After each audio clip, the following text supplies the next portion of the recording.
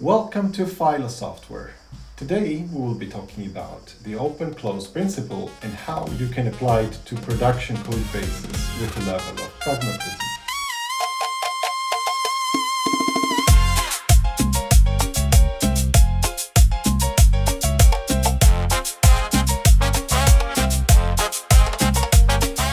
So I'd like to illustrate to you today how I honored the open-closed principle with a level of pragmatism in the real world in Camunda 7.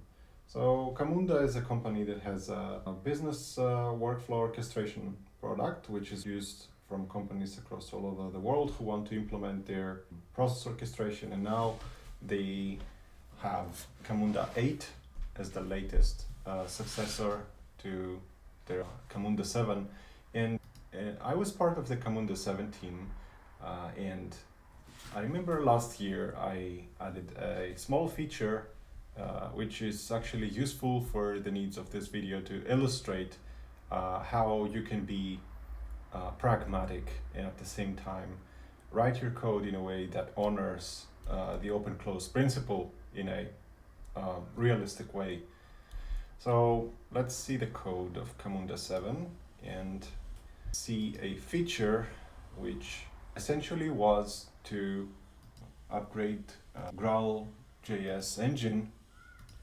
The issue was with this upgrade that GraalJS, the GraalVM, when upgraded to 21.3.12, the problem was that it prints some GraalVM warnings, and these warnings were they could be confusing to the dev, and we wanted to turn them off. So essentially we wanted to customize the ScriptEngineManager. That's essentially a module that spins up and initializes the JavaScript engines in your Camunda 7 distribution, and we wanted to parameterize that. So how did we achieve that without changing all the code and touching parts and coupling that is not related to our change? You can see instead of using the same class, we actually added a new one.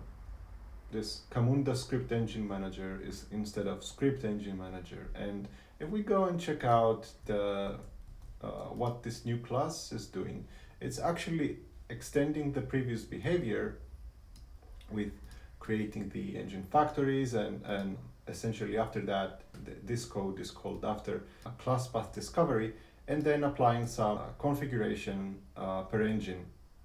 In our case, configuration that is executed after GraalVM is initialized was basically to set a property to false, and this basically disables the GraalVM warning. And the nice thing about this class, which is also honoring the open-close principle in multiple ways. One way is actually that we use the new class to extend the behavior. We didn't touch the same class. And the other, which is also interesting to me, and I want to focus on that for this video, is that it's written in an interesting way, which allows the developers to extend this class, without necessarily writing a new class, touching only the same class. But you can do it in a structured way that allows you to basically not touch all the rest of the parts and only add one new entry in a map. So here we could have, for example, a new engine and add some new method that is going to be print, not sure name. This is just a method for illustrating how you could extend this class in a pragmatic way. So you could add here a new method, and voila, you don't need to touch anything else. You just added a new entry in the map and you didn't touch anything else. Now the thing is this actually honoring the open-closed principle? Many of you, I hear you already saying, of course it doesn't, because you're changing the class.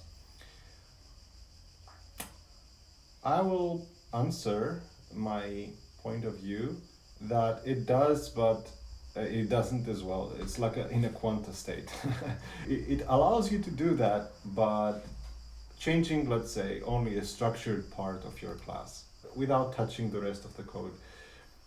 It could be a pragmatic compromise to honor in a real code base whenever you don't want to extend all the time and create new classes only for adding a little change. Essentially, that was the criticism that clean code of Uncle Bob and the open-closed principle, the way he presented it, in its stricter form, requires you to create one new class every time you want to extend the behavior and not touch anything else. You can do that when it makes sense, as the example I presented here with Camunda ScriptEngineManager, but I also give the middle point, which is essentially not creating new class, but touching the existing one and changing it in a way that is extensible and not doing an open heart surgery just to add some behavior. So today we check two different examples of honoring the open-closed principle. One is the absolute interpretation of it, which is subclassing every time you want to extend behavior, and the other one, which I offer as a middle ground and compromise with a level of pragmatism, is to essentially write your modules in a way that are extensible and the modification interpreted within the same module and not extending another one, is minimizing modification by giving the design a structure which future edits and other engineers can benefit from and simply go and make small additions within the given structure, such as having a map. If you found this video helpful, please like and subscribe, and I'll see you